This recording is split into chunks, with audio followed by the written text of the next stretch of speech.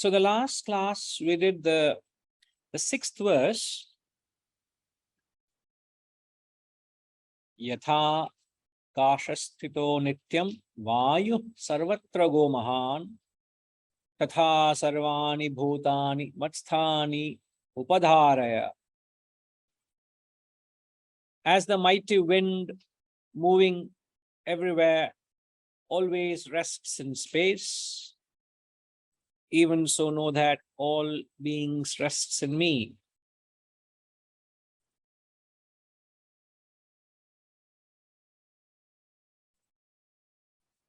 The point we made there was all, just as everything exists in space, space is the substratum of all things. It houses everything, but yet it is not contaminated by anything. Space remains pure and immaculate.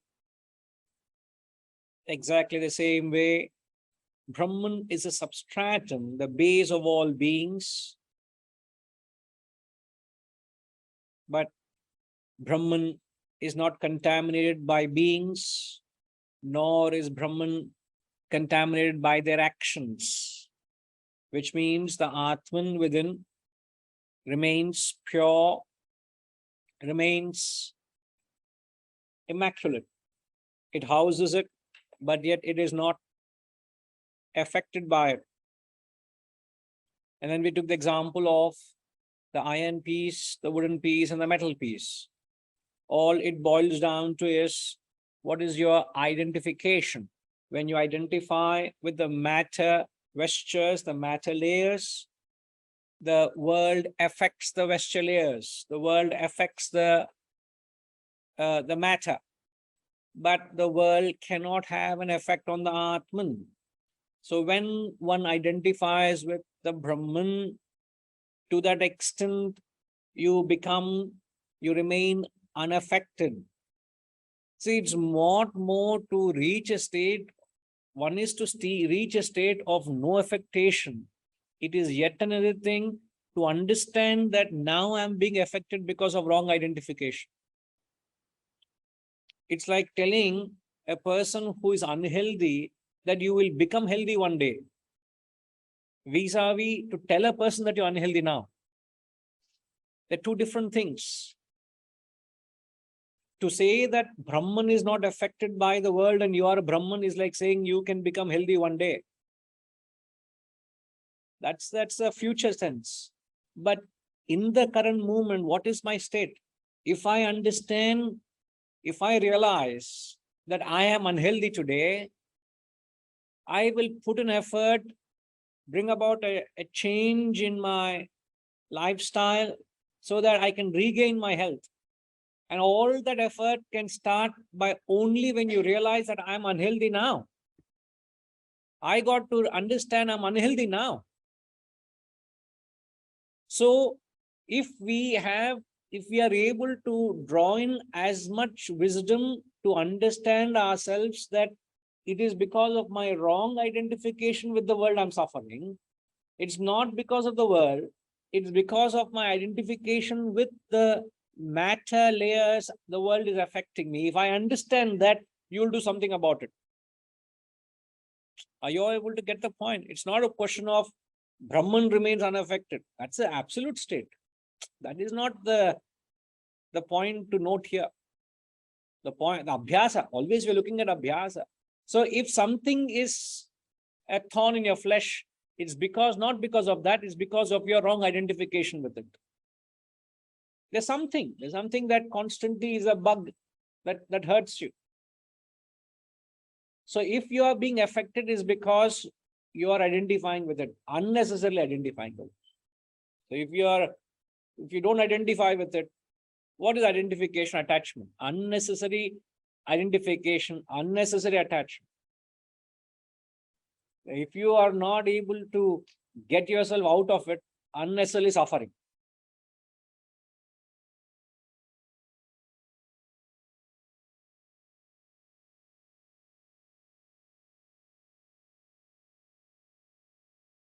Just like I stand immaculate to your actions. You stand immaculate to my actions.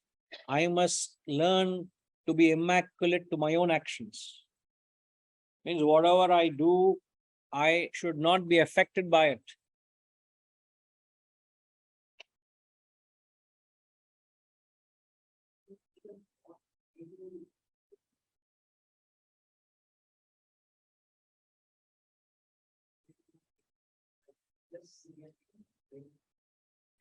You should not be affected first by others' actions. So you become immaculate. Now, if you are being affected by others' actions, means what? You are unnecessarily identifying with the other person's action. If other person is temperamental because of his or her day is not good, why should that affect you? Isn't that not an unintelligent way of allowing yourself to be a victim? It seems ridiculous that I am being affected by others' actions. Why? Because I'm giving so much credit or value to what they are, what they do. Therefore, it matters to me. Why should it matter to you? Why are you getting affected by the world? Because of your wrong identification with it. You're giving so much importance to that the world affects you. So the first level of being immaculate is you must learn to be objective to others' actions. And then you become immaculate to your own actions. Means you don't identify with let's say an unhealthy thought comes in your mind. Would you identify with it? Don't you use your intellect and say, hey, this is not the right kind of thought to entertain? You dismiss it, don't you? You nip it in the bud and say, no, it's not right for me to entertain those thoughts. Sometimes one may get carried away even with a positive emotion, and suddenly a ray of intellect become and say, calm down. I don't think you need to get so carried away with it. So even with your own emotions, with your own actions, you must stand detached. But I can practice that detachment to myself only if I'm able to practice detachment to others.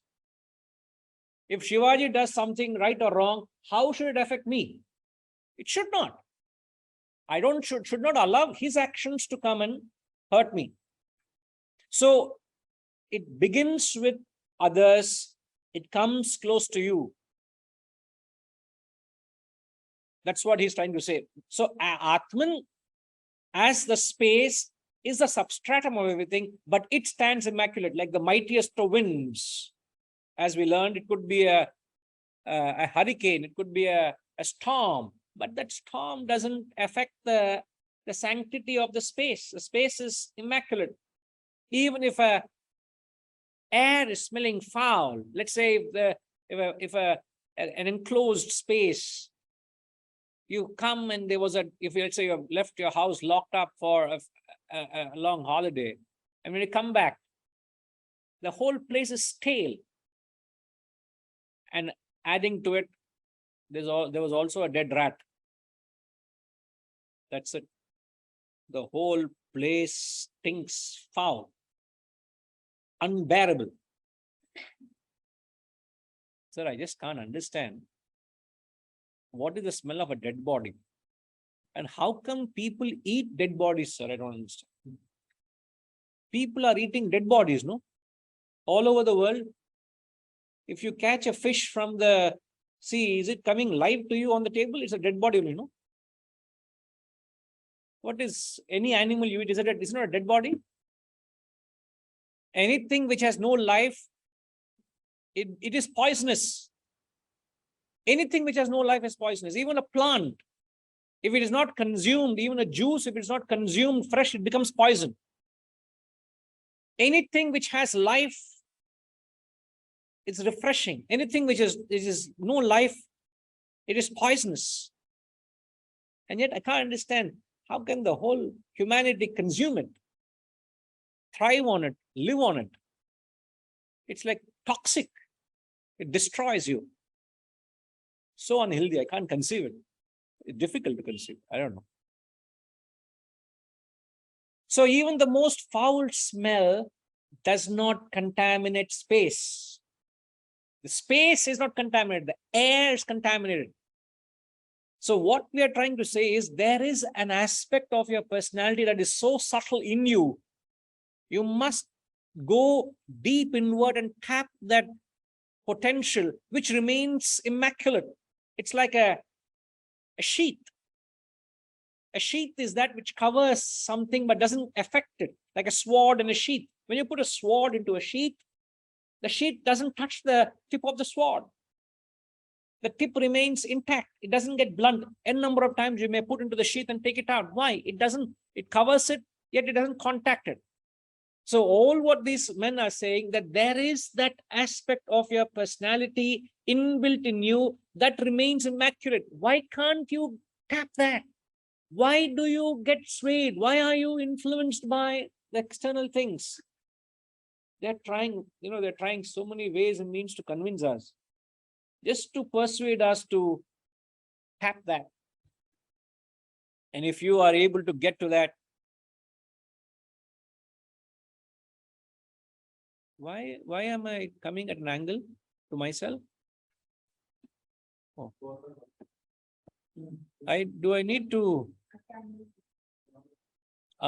But Gayatri, do I need to put this one on? Not required. Yeah. Okay. So I switched this off.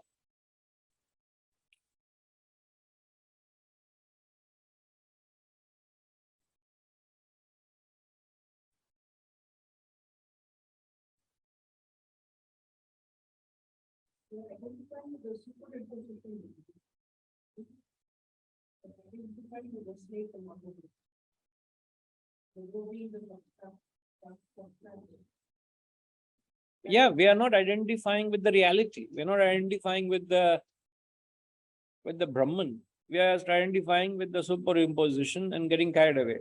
We are seeing a snake where there's a rope and we are complaining, and we are full of fear, insecurity, and all those emotions are bothering us because it's of your creation. So all that's happening in our life is our own creation. If you're going through hell, it is your own creation. If only you don't identify with it, believe me, nothing matters. You can carry on, nothing affects you. And yet you will be there totally unconcerned. It may happen, the whole thing may happen, the whole thing may not happen. It doesn't matter.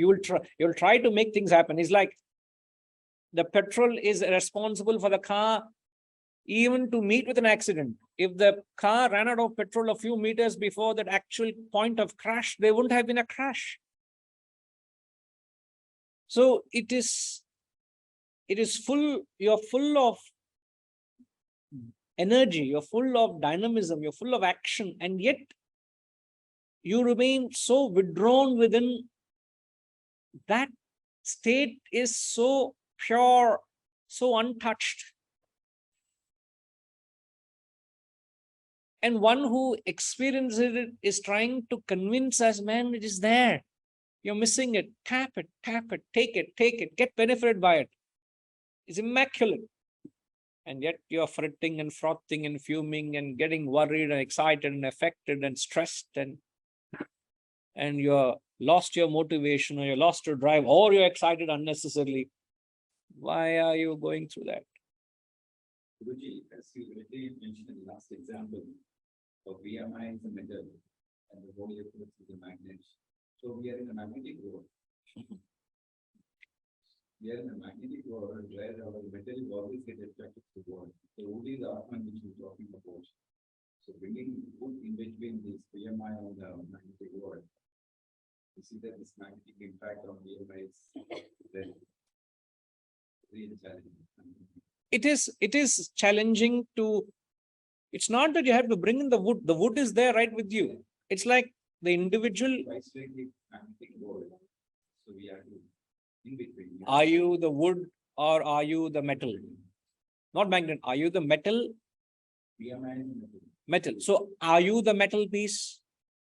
Sir, there's a proportion of the metal piece in you, a proportion of the wooden piece in you.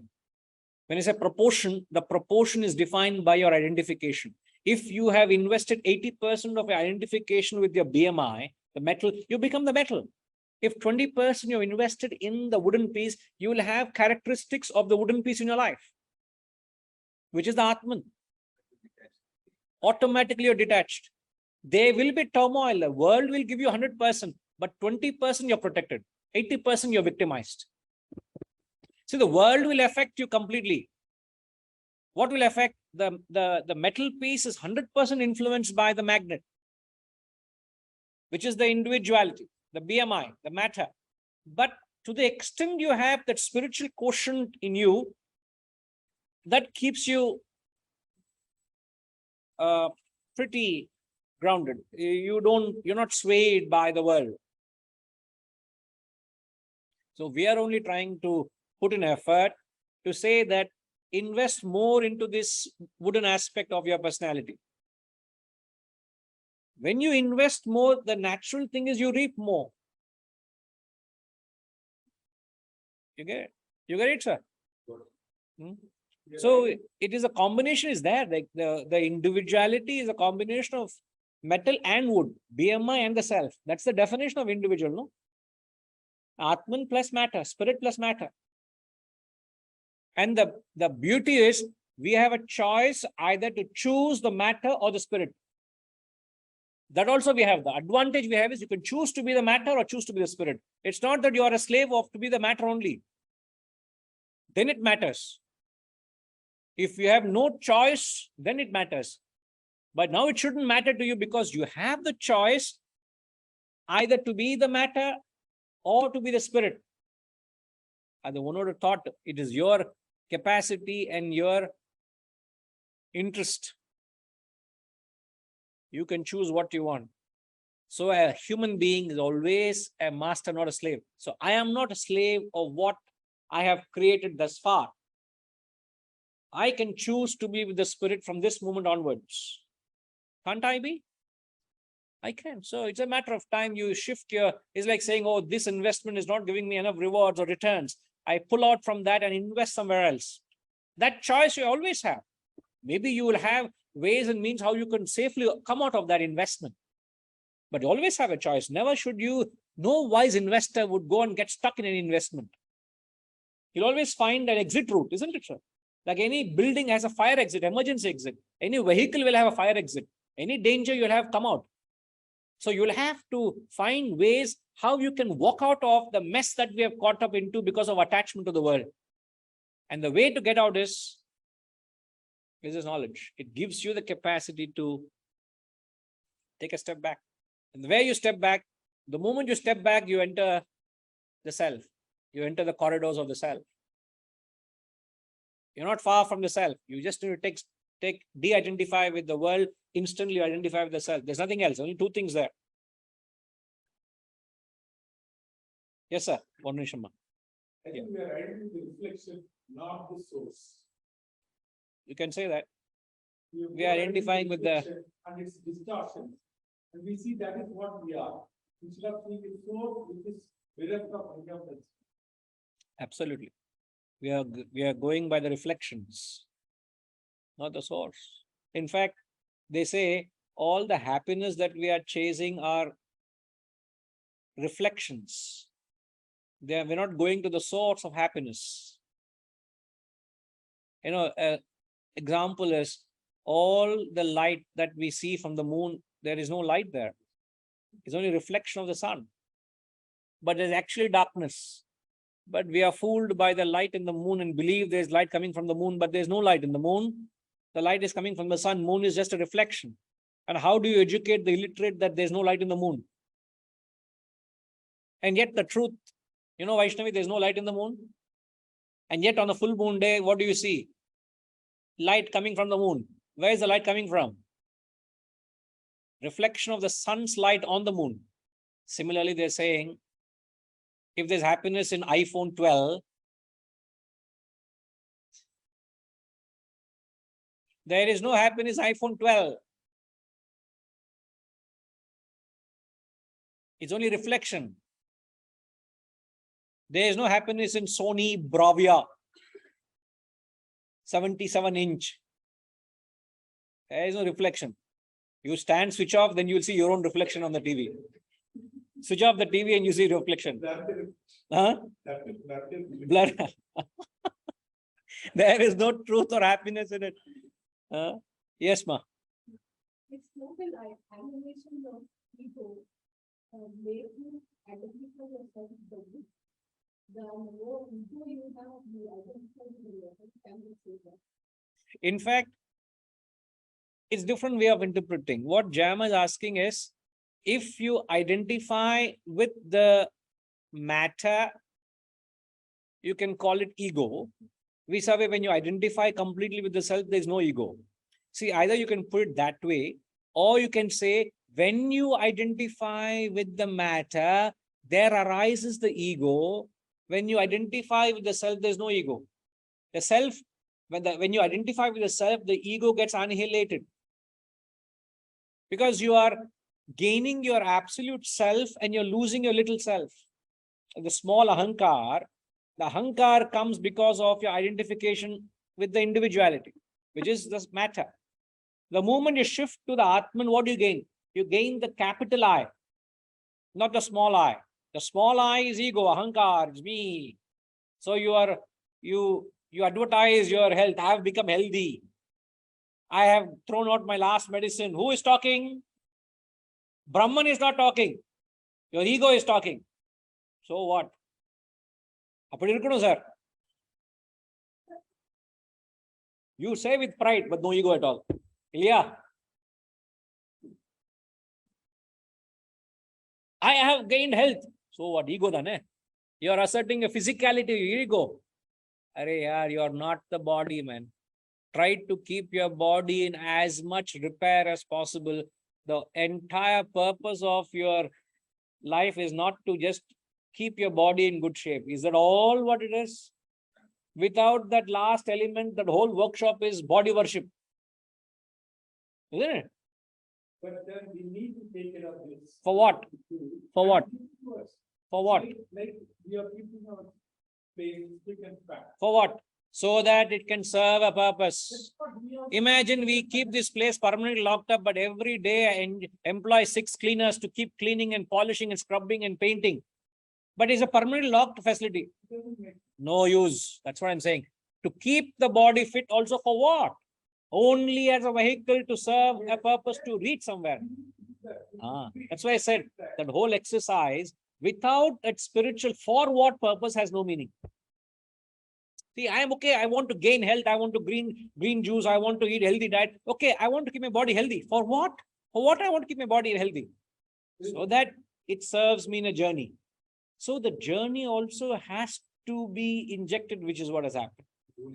The goal is missing. Once that comes clearly, I understand. I don't do. It's not that I should be worshipping the body, man. If there's a disease, with age it comes, let me see if it can be ejected out. If it can't be ejected out, let me be with it. Can I carry on with it? Don't have to sulk and sink because I have a disease in the body. So what? I am not the body, we're saying. Why should we go and do over repair of the body? Don't I have to do over analysis?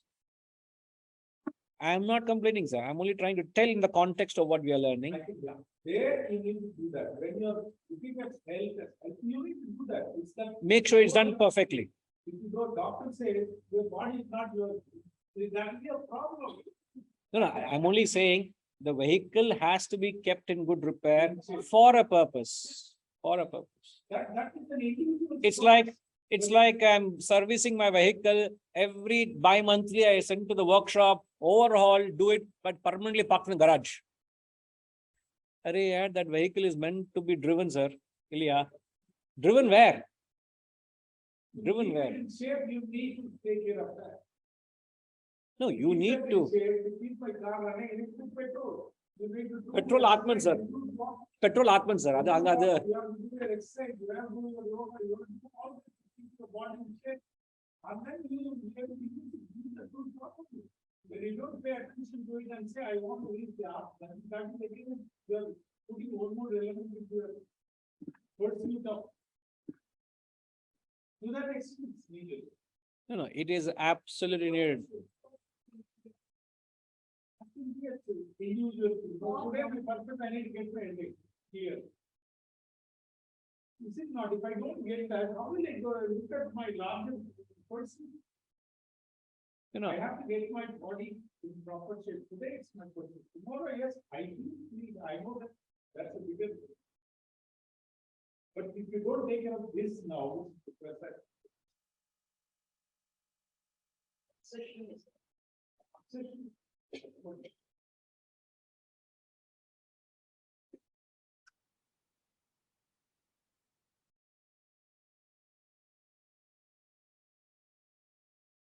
It's that very essential balance has to be there. The goal or the purpose should never be lost. It's like suddenly when you're driving, you're lost your direction where you're driving. That's dangerous. Every time you're driving, you keep checking, am I in the right direction? Am I in the right direction?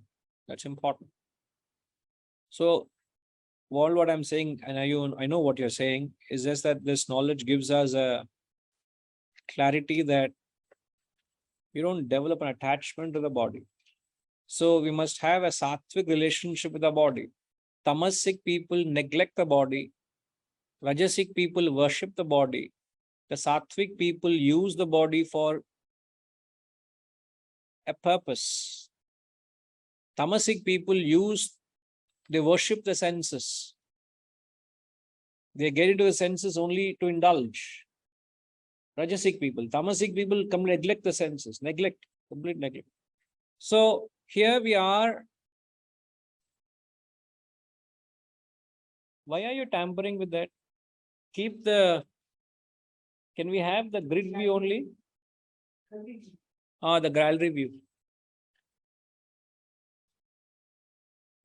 She can. Please, this way is perfect.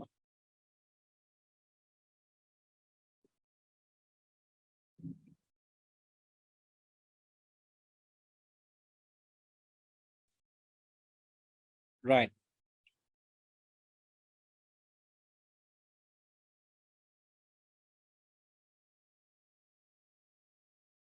Who is this Mr. Srinivas here in the class?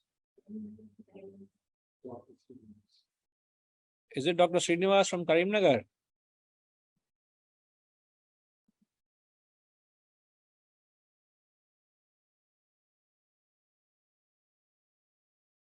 Are you there, Srinivas Garu?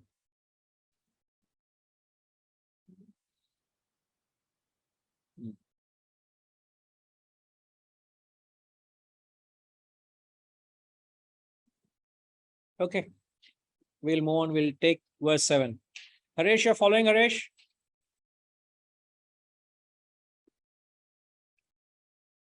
Sarva bhutani kaunteya prakritim yanti mamikam kalpakshaye punastani kalpadau visujamyaham sarva bhutani kaunteya prakritim yanti mamikam kalpakshaye punastani kalpadau visrajamyaham. O Kaunteya, at the end of kalpa, the time cycle, all beings enter my prakriti, nature. At the beginning of kalpa, I bring them forth again.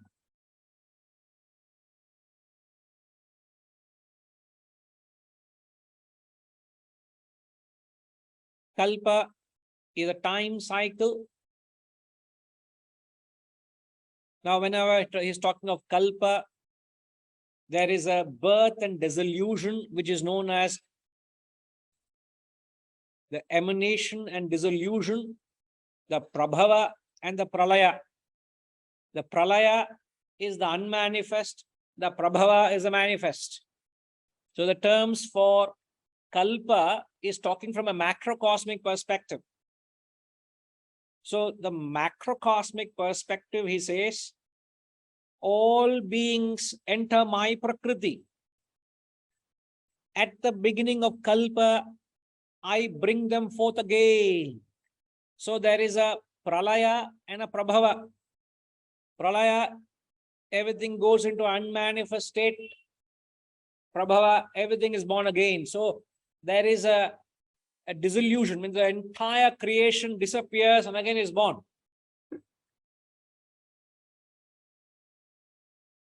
One day of Lord Brahma, which is from 4.32 billion human years, a figure, mind-boggling figure. So one kalpa. So what's happening? What he's saying, the entire macrocosm,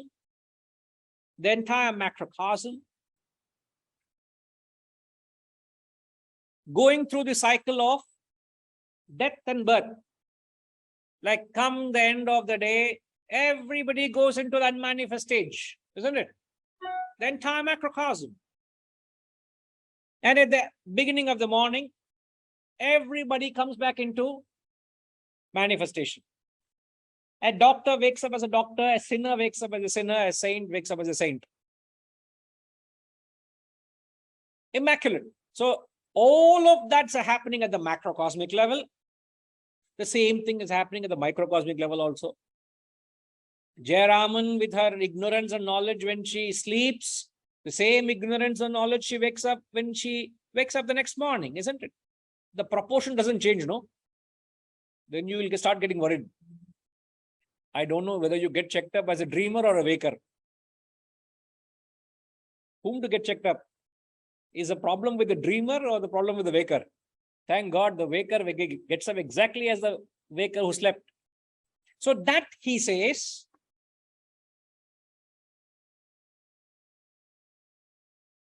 all beings enter my prakriti, he says. So what is he talking about here? The vasanas at the macrocosmic level and the vasanas at the microcosmic level. So the vasanas at the macrocosmic go through deep sleep, get back into awaking. So either they go into deep sleep or the dream and come back into manifestation as a waker. As we say, the dream is an deep sleep is an unmanifest state of vasanas. Dream is a partial state of manifestation of your vasanas. And waking is full expression of your vasanas. So when he says prakriti, he's saying my prakriti, my nature. Now, I'll just give you information you keep in mind as we're going through these next set of verses till the 10th verse. Now, verses 7 and 8, he takes responsibility for the creation. Notebook enga? AMP.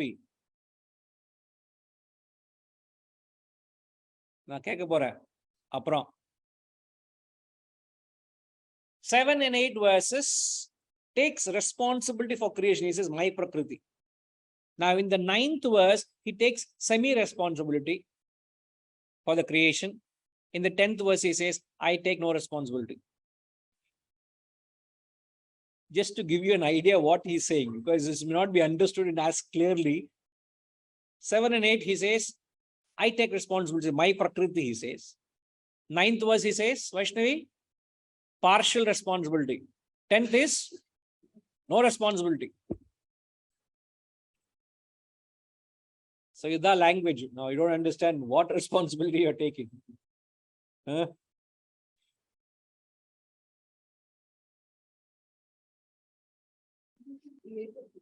Confusion created. The whole objective is to make you think, make us think. Huh? Keep churning. That's all. So the entire industry of science, now the evolution of science has come to such a level that can destroy everything except your vasanas. Science, the most scientific weapon of destruction today, can destroy everything else except your vasanas. Why it can't destroy your vasanas? It can't destroy your vasanas because vasanas are too subtle to be touched by anything other than that. Too subtle. So the gross cannot destroy the subtle. So the weapons can destroy the individuality, but not your vasanas. So this verse is saying, vasanas, this happens because of me. He's saying, I am responsible. All beings enter my prakriti, it's my nature. So the cycle of manifestation and manifestation going on. Anything born has to die. Why worry of the cycle of death? If I have to die, I'll die one day. So why should I worry of death? It has to go through the cycle, continuous cycle of birth and death. So he's saying that it happens at the macro level, the micro level. Sanjay, you are in very pensive mood.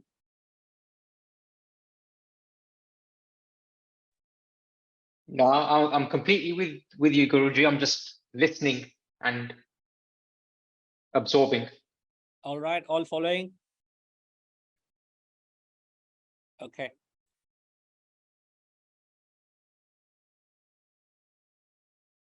But you're a little too pensive today, so I was a little worried. This smile looks good. All right, move on. 8th verse.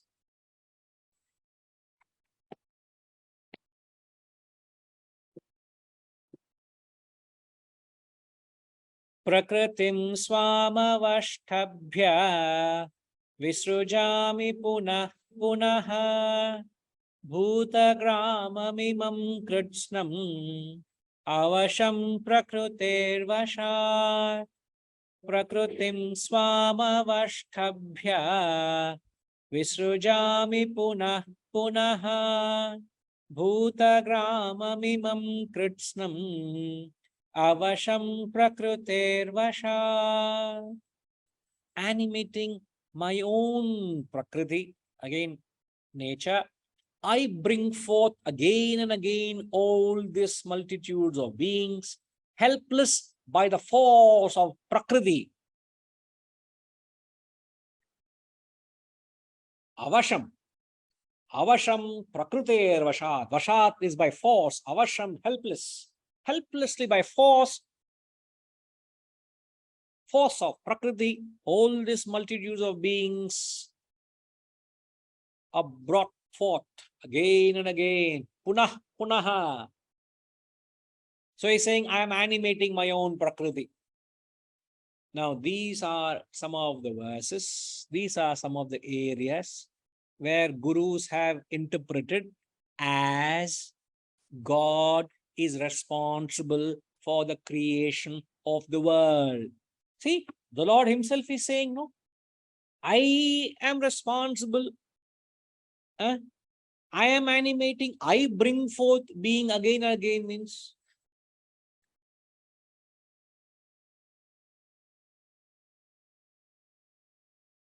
So when you say, I am responsible for the creation of these beings again and again, what is the causation are you establishing here?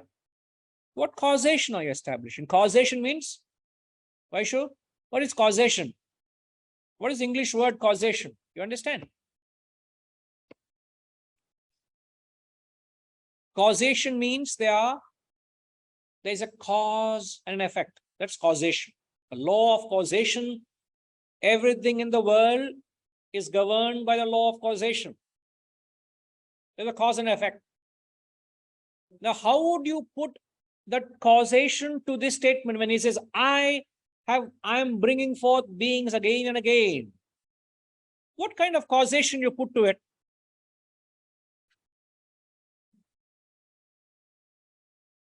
So people here have interpreted God has created these beings. Straightforward interpretation. And he says it is my prakriti. That is, his prakriti, his nature is created. It's like the nature of a dog is to procreate and create puppies.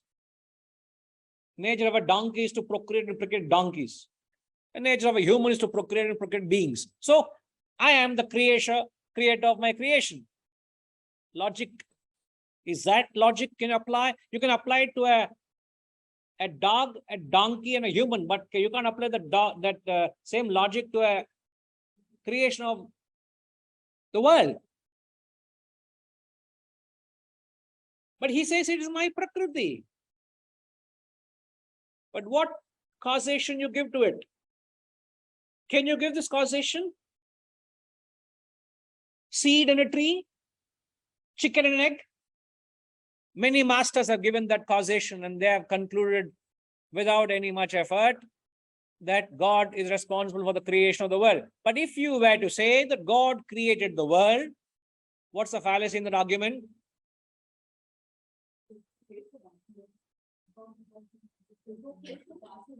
Where? We are born again because of our vasanas. So if God created, then irrespective of the vasanas, God created. God also is created by that.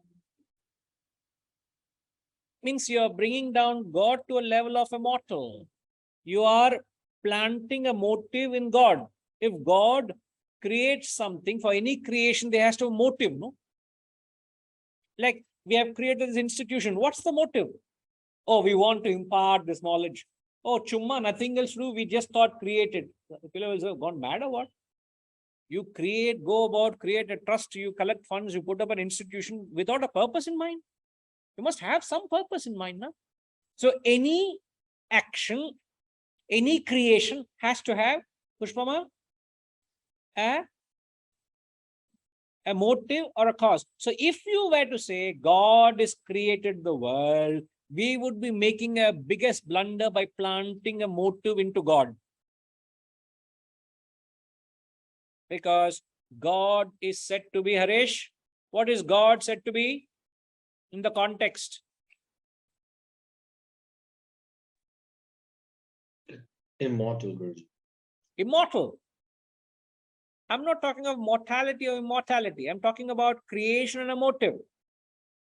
Can you plant a motive to God for creating the world? If you say God has created the world, can you plant a motive in God? What is the state of God?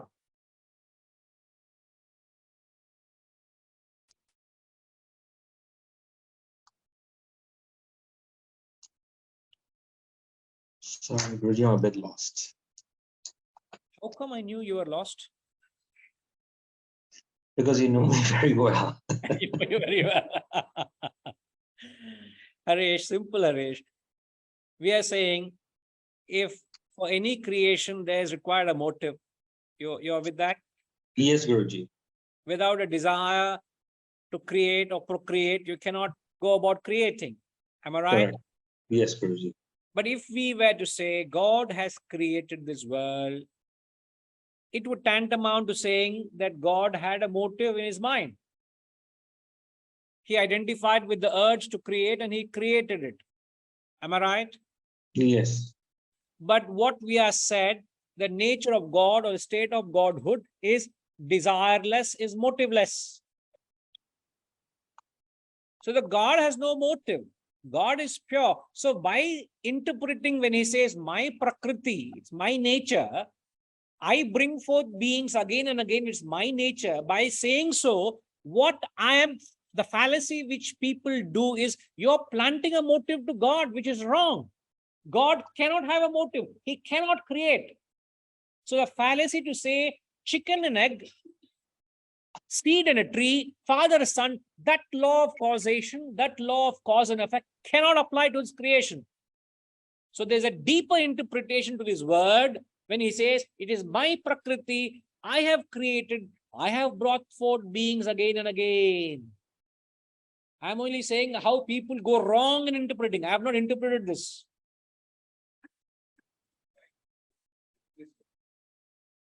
I'll explain. Avasha, helpless, is like saying the waves are produced helplessly by the sheer vastness of my nature. Who is saying? Ocean is saying.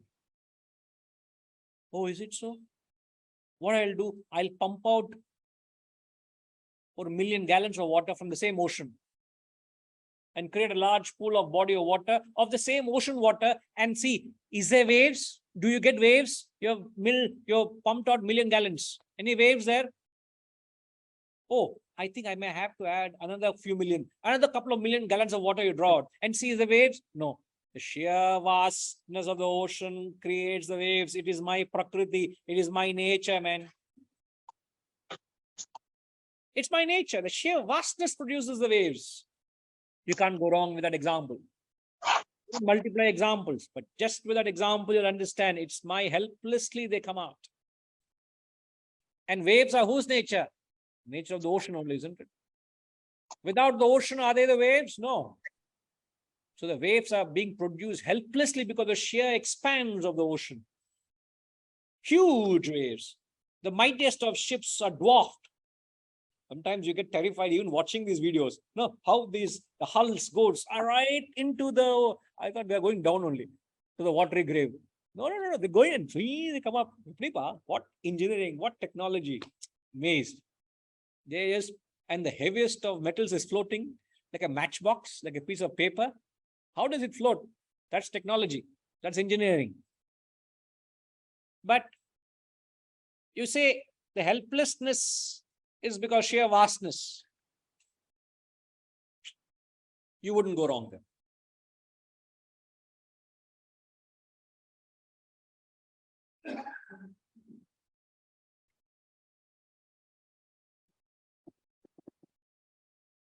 Are you following, Harish? So? More or less, Guruji. More or less. Where are you stuck? Where are you still areas of botheration? I am still stuck, Guruji. If we say God created the world versus saying God is responsible for the creation of the world versus God created the world, what is the policy? I'm still stuck on the policy part of it, Guruji. See, when we say God is responsible for the creation or God created the world, what the fallacy is, in fact, the fallacy is twofold here. First is you're planting motive to God. Because when you see a pot, you know there's a pot maker who has created the pot. You see a jewelry, there is a goldsmith, a jewelry maker who has created the jewelry. So when he goes about creating, he identifies with that urge. So there is one is the urge, second is the identification with the urge. But for our understanding, we are saying as you have the motive or the urge to create. No creation is possible without the urge to create. There has to be some motive, some underlying desire. Now what we are saying, if you say the same thing to God, you ignorantly are attributing a motive to create the world. But God cannot have a motive because the state of Godhood is motiveless, vasanalessness, desirelessness. So how can you say he has a motive? Anga fallacy, isn't it? Peria fallacy, big fallacy. I'm shooting at my own foot. Oh, what have I done? I've shot myself.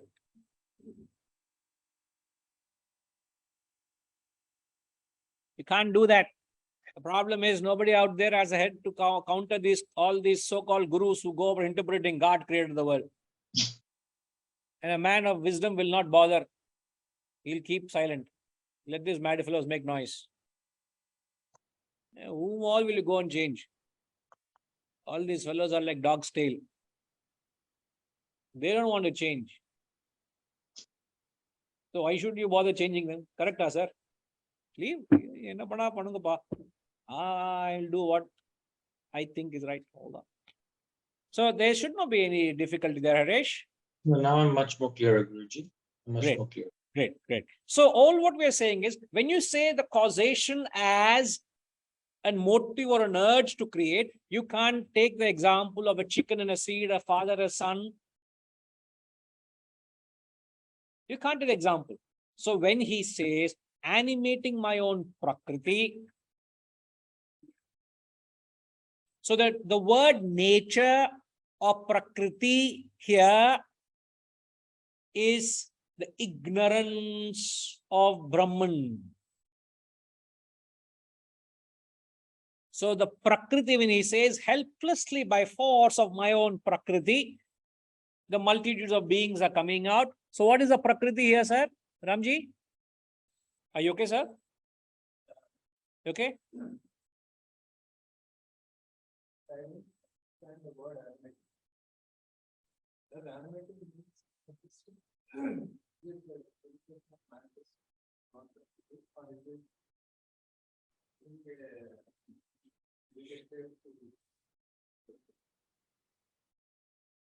Animation means he gives life to it.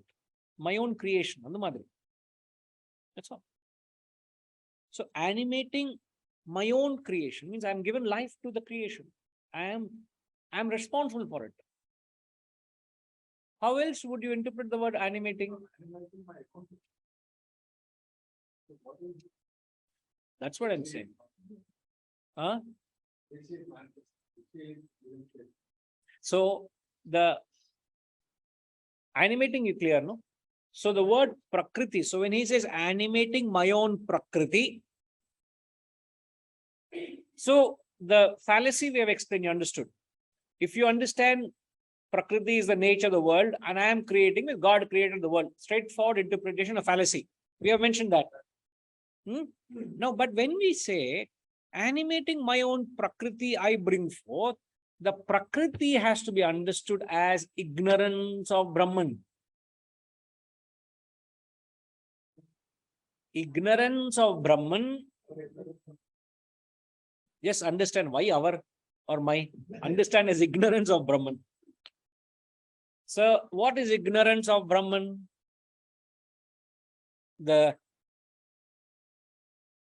Our interactive panel is spoiled, has to go for repair. Otherwise, I have to use the board.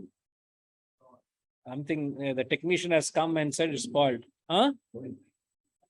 Whiteboard also will have. Whiteboard is there. We have right. It's there. No, we will get it. Now what we must understand, the ignorance or the prakriti here is ignorance of the self. Ignorance of the self means non-apprehension. So the non-apprehension brings about a misapprehension of the world. Non-apprehension means not understanding Brahman creates the misunderstanding of the world. Now,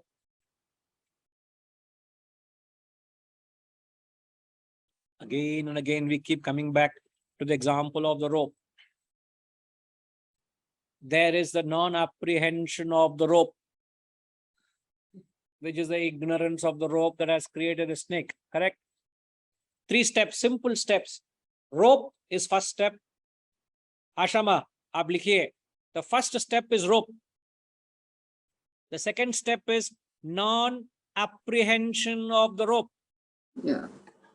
Okay. What's the second step? Second step is the non-apprehension of the rope. Perfect. The second step is the non-apprehension of the rope, which is also the ignorance of the rope. Ignorance of the rope. Yeah. Okay. The third step is the misapprehension as the snake. Snake. Yeah. Okay.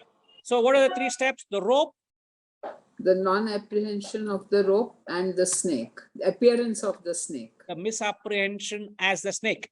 as the snake. Okay, the 3 steps. Now what we are saying, where did the non-apprehension of the rope come from? Darkness or ignorance. Right? No, you're not wrong, but you could be more direct to the point. The not understanding of the rope, where does it come from? Where does the non-apprehension of the rope lie? Where does it lie? in the rope itself. The fact that there was a rope, it was misunderstood. It was not understood and misunderstood. And that possibility of not understanding the rope, where does it come from? From the very rope itself. So the rope is saying, it is my prakriti. My prakriti means what? The fact that I am there, I have not been understood and I have been misunderstood. So the causation here, you can say, the causation is not like the seed and the tree, not like the chicken and the egg, not like the father and the son, but like the snake, rope and the snake. The snake. That is the cause and effect. That So is when the fact. you say that the causation is like the rope and the snake, the rope has no intention or desire to create a snake. Has it got any intention, Pushpama? Ashama has it. You go to the rope next morning and say, hey, stupid rope, why did you create a snake yesterday night for me? Well, what will the rope say? I think I am just existing here. I have no problem in creating. I am myself. It's all in your mind, stupid fellow. Why are you blaming me? The rope will say, if the rope can talk back to us, isn't it? The rope has no motive of creating the snake, yet the snake is created out of the ignorance of the reality, which is the rope. So when he says, my prakriti, so here, it is the very nature of Brahman. The fact that Brahman is everywhere, the sheer vastness of Brahman has the capacity of it not to be understood as Brahman. It has been misunderstood as the world. And the limited world we are producing again and again, punah, punaha. All these beings are rising out of ignorance of Brahman, man. And where ignorance comes, it is my creation. So I am responsible for your ignorance also. So that is Maya, na, Guruji? That is Maya, correct. When you see a snake, that is Maya. What creates Maya? Avidya creates Maya. Vidya. What is avidya? Ignorance. What is ignorance? Non-apprehension. Attention. What is non-apprehension? I have not understood. No, correct. With reference to the previous Ashama, with reference to the previous verse, with reference to previous verse, how did we describe ignorance as?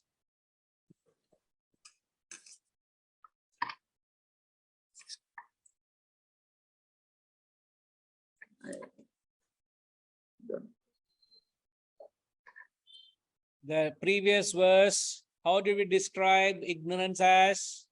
You will not find in your notes. Don't see so keenly, Ushama. I was looking at the word. Ushama is very seriously seeing her notes. Where did we say that? I said it will not be there. Because we didn't say in that specific thing. But what is a synonym for ignorance? What did we? Okay, Ushama, in the 7th verse, what did we talk about?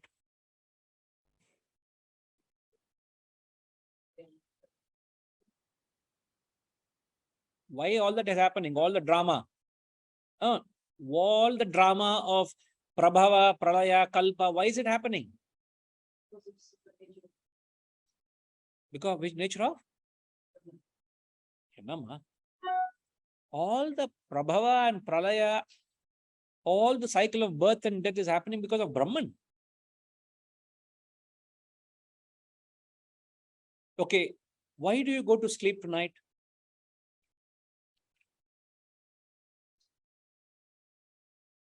Correct, very naturally. Sleeping is very natural. So what sort of a question are you asking us? Okay. When you sleep tonight, you sleep as Usha. When you wake up tomorrow morning, why do you wake up as Usha? Doesn't change. What doesn't change? Abba, you're speaking everything else except the word I want you to speak. And the Oru Varta, she's not talking, sir. I admire her commitment. I'm trying to bring that one word from her mouth. She's going round and round, but not that one word she's saying. Appa, in a talent irkama. Whole Vedantic philosophy she has given out, except that one word, Vasana. The whole 7th verse we're talking about the play of Vasana at the macro level, the micro level, isn't it? We said that. Correct? Huh? Now, non-apprehension of the self is also known as vasanas. Avidya is also your own vasanas. So where did the vasanas come from? From Brahman only. That is what he's saying. How did it come? Not like the chicken and egg, like the rope and the snake. Non-apprehension. Non-apprehension means vasanas. Ignorance. Where did it come from? From the very rope itself, from the very Brahman itself. 1 out of 100 people will interpret this way. 999 people will interpret as God created the world. Simplest of explanation. No need to think for the Guru and the Shishya. Straightforward blunder. Colossal blunder they make. And these are the verses you can actually pick up your commentaries.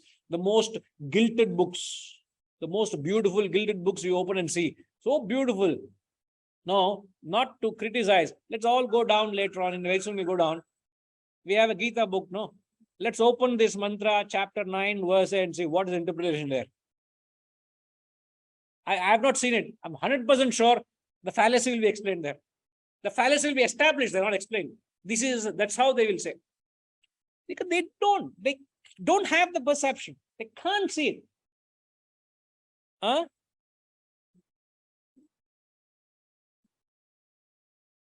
No, it's one of the most difficult concepts to comprehend, one of the most difficult concepts to attune to and understand. But if you are able to bring clarity here, I tell you, there'll be no problem at all. The rest of the philosophy is a walk in the park. Cakewalk. Easy, very easy. These are the sections which really test you. And when I first learned that, I used to sit on my desk with my notes of Guruji and say, what is he saying? What is he saying? Racking. I don't know how many hours we spend on this subject just to get it under grasp. Once you get it, oh my God, once you see it, sure, clear, crystal clear. So Annapurnama, the delusion also is the creation of Brahman. In the way I have said it, if you understand it, yes. Yes, Guruji, You it's are able clear to see now. the way we have said it? Yes, Guruji. The misapprehension of the rope to be a snake that causes the delusion. That is the delusion, not causes. Mm. Misunderstand this, the rope as a snake is your delusive experience. Is But that delusion. is also created by Brahman is little bewildering. When I say that also, the fact that the rope exists, there was a possibility of not understanding and misunderstanding. So the possibility, that possibility has come out from the existence itself. But if you, let's say, if you have understood rope as a rope, what happens? No confusion. No confusion, no delusion, no. Mm. You have So clear we have a choice according to our Purushartha or Vasanas to correctly understand that and split and see the reality and the delusion. Correct. You have the capacity to see the reality as reality or see the unreal and make it real.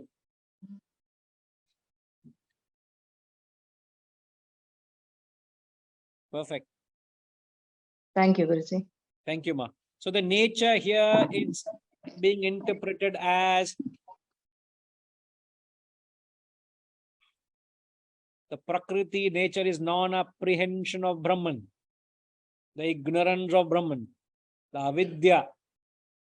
So whenever anybody asks you in this classroom in the future, what created the world, Ushama, what would you say? I want to completely confuse you. You're only 3/4 confused. Completely I'll confuse you and send you home. I've done my job very well then. Sir. Ma, simple, at least say this. Who created the world? What would you say to that? Who created the world? I am with you because I found myself in the state as you are many a time. As I told you, you just get lost. Almost as he used the word helpless, we find helpless. What is he saying? It just goes beyond me. But I beg you to be a little patient. I know you are. Let it settle down. Revisit again. Write word to word notes. Read it again and again.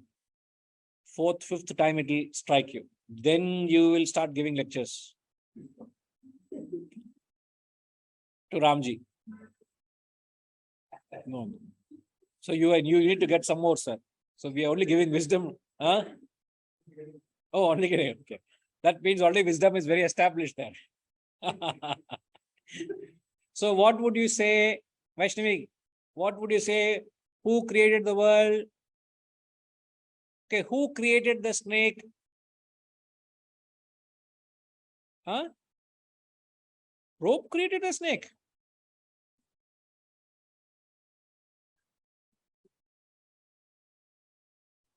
What people mistook it to be a snake. So it is the ignorance of the rope that has created the snake. Similarly, what created this world of plurality? Not God, ignorance of God that has created this world. So when you have successfully eradicated your vasanas and ignorance, you see Brahman as Brahman. Just like a person in light, in mid-daylight, when he goes back to the backyard, he sees that it was only a rope but not a snake. And he only says how foolish I was. I unnecessarily created an issue. There was no snake there, no snake at all, just a rope there. Please, please. So in the previous verse, where he says that the end of the kalpa all beings under my faculty, that my faculty to interpret that also as ignorance of Brahman. So, and if we think that at the beginning of the kalpa he spoke again, that means he's saying that the ignorance of Brahman will happen when the world will go out. The ignorance of Brahman is the world. The world. So when he's saying that the end of the kalpa is going back into their ignorance when why is he saying that Sir, it's like saying when you go back to sleep tonight, would your ignorance end? It brings, you're only going to sleep. So the Prabhava and Pralaya, the creation and dissolution. So the Pralaya, which is unmanifest, as he says, the unmanifest is not a permanent manifestation. It is a vasanas going into the seed form, and the seed again manifests as a plant, as a veka. So it's unfolding and coming forth again. So that phase of unfolding and coming forth again, this cycle of unmanifest and manifest, manifest, unmanifest, I am responsible. It's all happening because of me, man. It's like a child every time goes about seeing a snake in the backyard. Every time he goes into the backyard, he just sees a snake. Because that's all. That's the point. That point is established in 8th verse. 7th verse, it is little hazy. 8th point he establishes, but he's saying the same thing. He assumed it, but 8th verse spells it out. But even that is not spelled out because nobody sees it. Prakriti here to be understood as ignorance. Because if, again I'm saying, if we say God created the world, that's the biggest fallacy you and I would make. So it is not like the chicken and egg. It is like the sea, it's like the rope. It is like the rope and the snake. The ocean is only brought out to expand, understand the vastness. Just like the ocean is vast, Brahman is also vast. Infinite. And the infinite expanse of Brahman creates the world.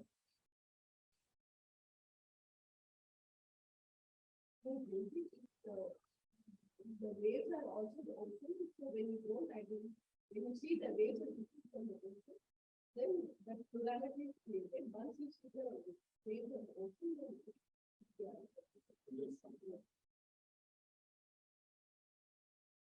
Can say that. Ashram is asking, my vasanas is the cause of me being born again and again. Brahman is only the witness, not responsible for of me being born. Am I right? Yes, Brahman is only responsible, is not responsible for you being born. It's your vasanas. And your vasanas will keep creating the cycle of birth and death because you have not attained the truth, the reality, which is Brahman. So it is ignorance of Brahman responsible for your cycle of birth and death, not Brahman. Don't attribute anything to Brahman. It is ignorance of Brahman. But with all this knowledge, if you realize yourself this Janma, what? If you realize Brahman this Janma, so much knowledge we are giving you, ma. Don't say I can't realize. Huh?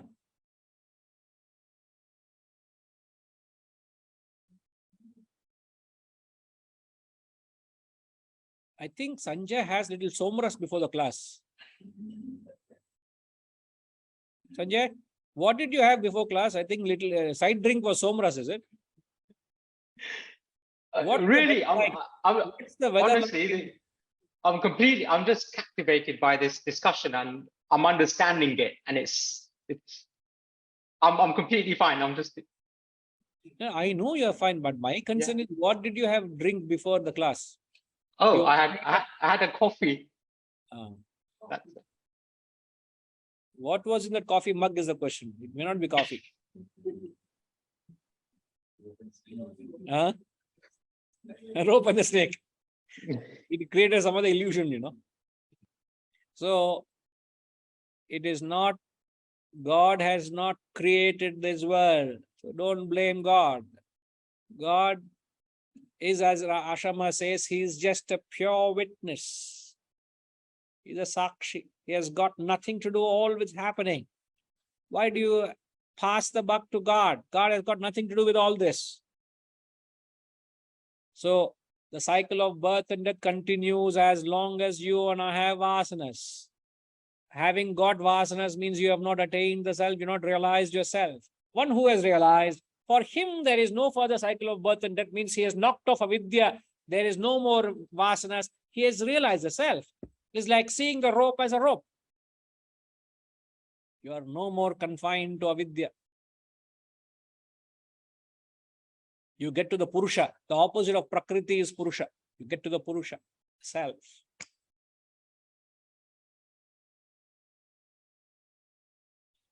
So just to imagine, just to be by yourself with these textbooks, to keep churning this knowledge all by yourself and let the world go by. Huh? Next life. Rajima is saying next life. Knowledge is there right in front of her. Guru is drilling into her and she says next life. What to say? Oh, that's what you're saying. But I know as I say this, that, you know, I'm just drawn just to be with this. I'm just saying to the world, just leave me with this knowledge and myself, man. I'm not interested in the world. I don't want to run out into the world. Something inwardly says, it's like I'm drawn with you sprinkle a few grains of sugar, instantly ants will come to it. Like bees are drawn to honey. There's something deep within me that's so fascinated with these deep, meaningful words that I just want to be lost and immersed in these words. It's a deep inner feeling. And to how much that becomes a reality, it is a reality. Not becomes, it is a reality. But I'm just saying that kind of an innate calling is there, innate liking is there. To be left in the sanctuary where you are all by yourself with this wisdom. And that's how you unfold the self.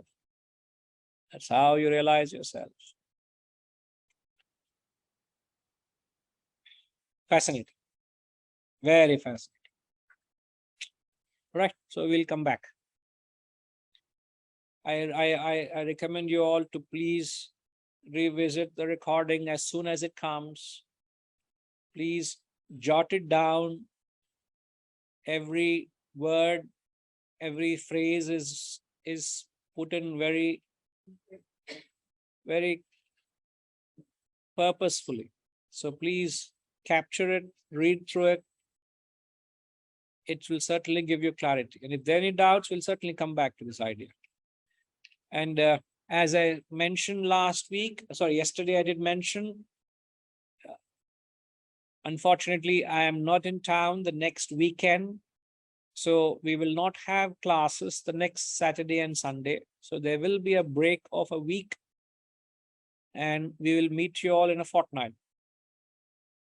So that much more time to reflect. If you're ready for it, if you're tired, please bear with the tiredness. I'll be back soon. All right. Ashrama is saying we'll miss you. I also will miss you, Ma. So sweet. Huh? But Jayashrima, we'll see you soon.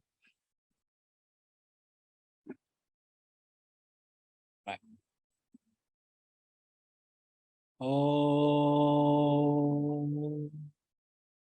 Purnamada Purnamidam Purnat Purnamudachyate Purnasya Purnamadaya Purnamevavashishyate.